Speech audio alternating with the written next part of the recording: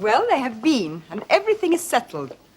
My father says Admiral Croft is one of the best-looking sailors he has ever met. Not too brown or weather-beaten. Not at all. He says that if only his own man could arrange the Admiral's hair, he wouldn't be ashamed of being seen with him anywhere. Well, I'm delighted, my darling. So now you will all be off to Bath in September, I suppose. My father and Elizabeth will. I'm going to stay with Mary at Uppercross. Oh, why? Because Mary requires me to go. She can't possibly do without me, she says. I'm glad that somebody thinks me useful. Elizabeth says that nobody will want me in Bath. Not when she has Mrs. Clay, I suppose. Exactly. I wonder at it, Anne. I wonder at it very much. It doesn't surprise me, I'm afraid. Cannot Elizabeth see the danger? Well, I've tried to warn her, but all I do is offend her. Can't your father see the danger? No, and that is what the danger is. Elizabeth will go her own way. Well, I am pleased that I'm being left behind anyway. I was dreading September in all the white glare of Bath. Yes, hot weather does keep one in a continual state of inelegance.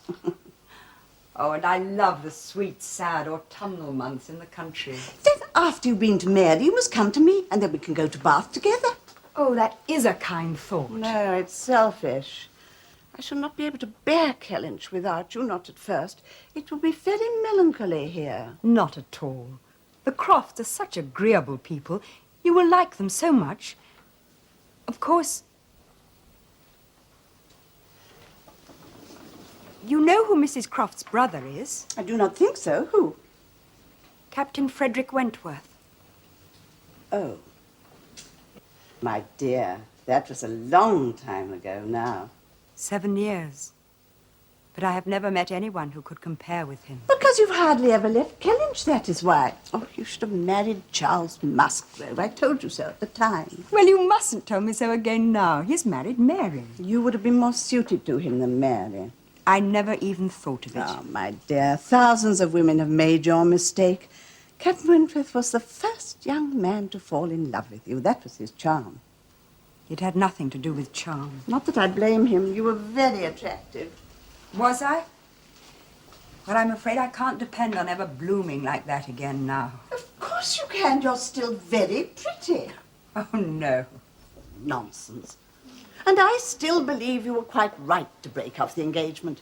You were very young. He had no fortune or prospects. Your father disapproved. Oh, you were absolutely right. I wouldn't have broken it off if you hadn't persuaded me.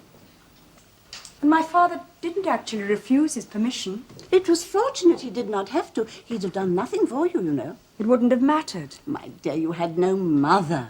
I could not see you snatched away by a stranger without family or fortune. He had no connections even. He didn't need them. He had ability. Oh, Anne, you would have been sunk in weariness and anxiety. You'd have lost your youth. Well, I have lost it. Of course you had not. By not starting a family so young, you have kept your health, your figure, and your good looks. You were right to be persuaded. I might have been happier if I hadn't been. None of the things you imagined would have happened. Captain Wentworth has been very successful. There was no real risk. Anne, if you had not seen the dangers of the engagement yourself, you would not have broken it off. I only broke it off because I thought that I might be a handicap to him, that I might hold him back in his career.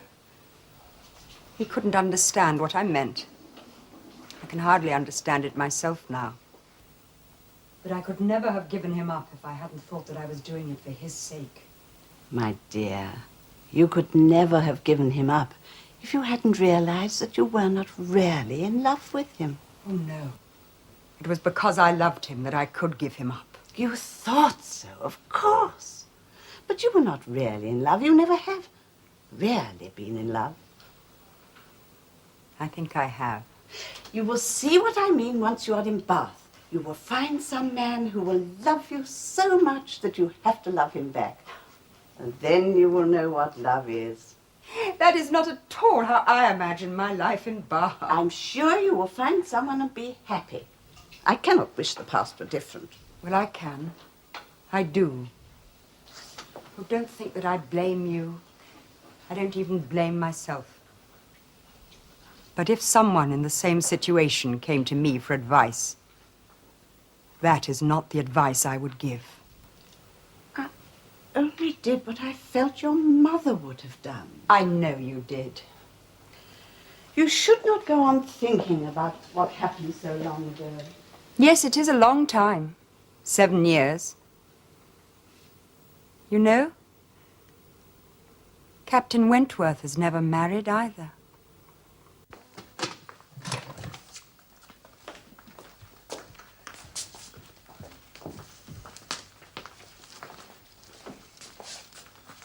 This is a sad day, Shepherd.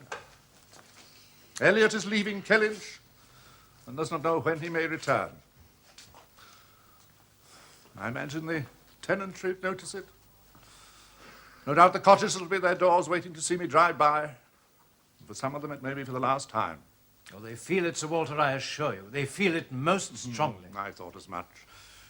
They will not feel the same, I think, when Admiral Croft leaves Kellynch. Oh, indeed not, Sir Walter. He is only a tenant. Your tenant.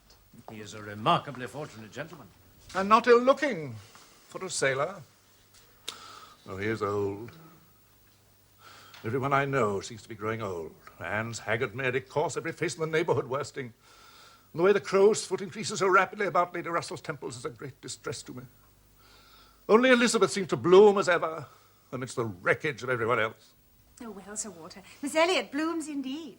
But we must not say everyone else, must we, Father?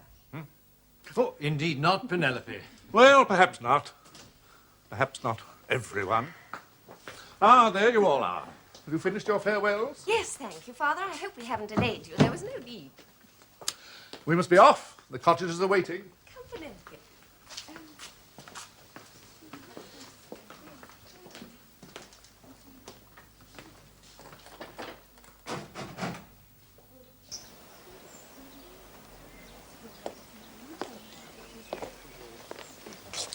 Goodbye. Goodbye. Goodbye. Goodbye.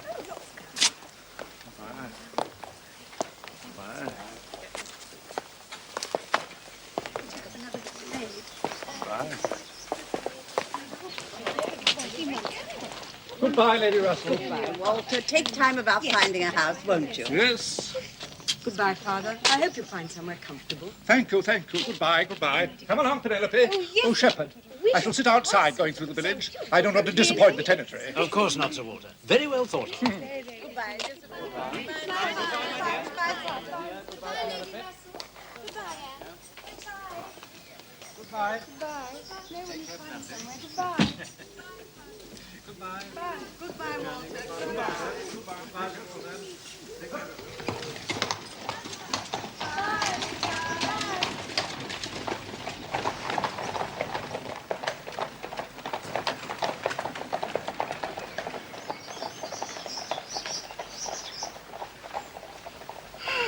Now that we've got them off, we can take you to Mary's.